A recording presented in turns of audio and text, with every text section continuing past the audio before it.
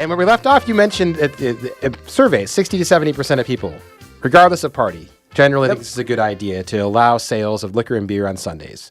And neighboring states do it too. So what's the big deal? Why can't we get a 70% support for something seems like it'd be a slam dunk? This ban is being kept in place by other liquor stores who are all members of the Minnesota Licensed Beverage Association, the MLBA, which is a very powerful lobbying group, and they do not want that ban repealed. I'm a retailer. The number one rule of retail is you listen to your customers. By far, most of my customers would like the convenience of shopping on a Sunday. I would like to be open on a Sunday. I absolutely believe that trade on a Sunday would be 3 times better than trade on a Monday. Monday in a liquor store is terrible. Mm-hmm. But the choice should be mine to make. I would like to open on a Sunday, and then, if I choose to, close on a Monday like the restaurants do.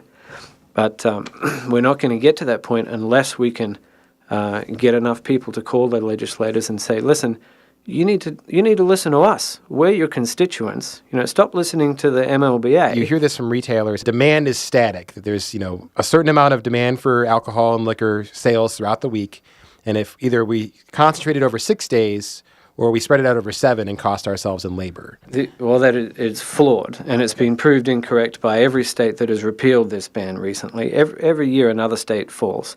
And you know what? None of them say, hey, this was a bad idea. Let's go back to banning Sunday sales. They all show overall growth in terms of liquor industry revenue. You mentioned earlier that the thing that's going to break this impasse is if we get people really, that there has to be momentum towards some vote.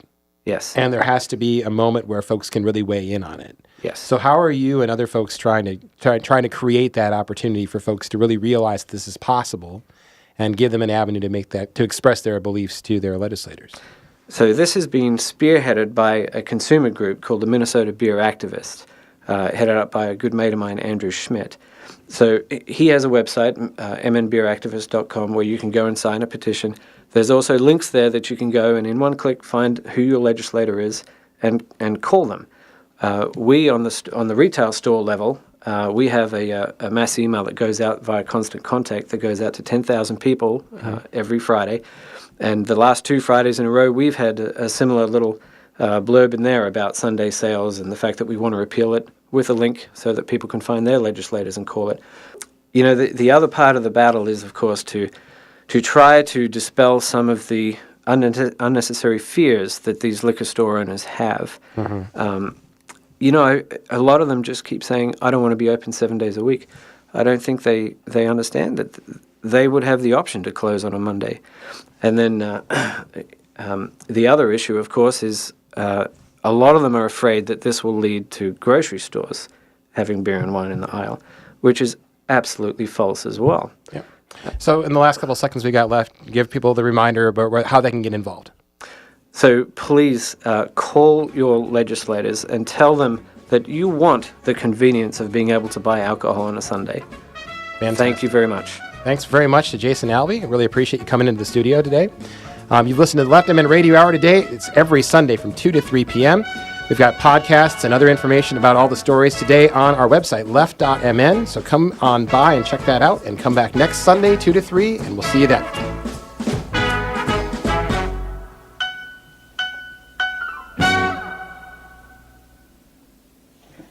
That really does go quick, man. Doesn't it, though? We could have done an hour on that. I mean, I didn't even touch on the grocery store issue, which is a major one, but whatever, at least I think the most important thing is getting folks the idea of what's happening and how they can get involved. And I think you talked about the Beer Activist site and all that stuff, too. So I think that...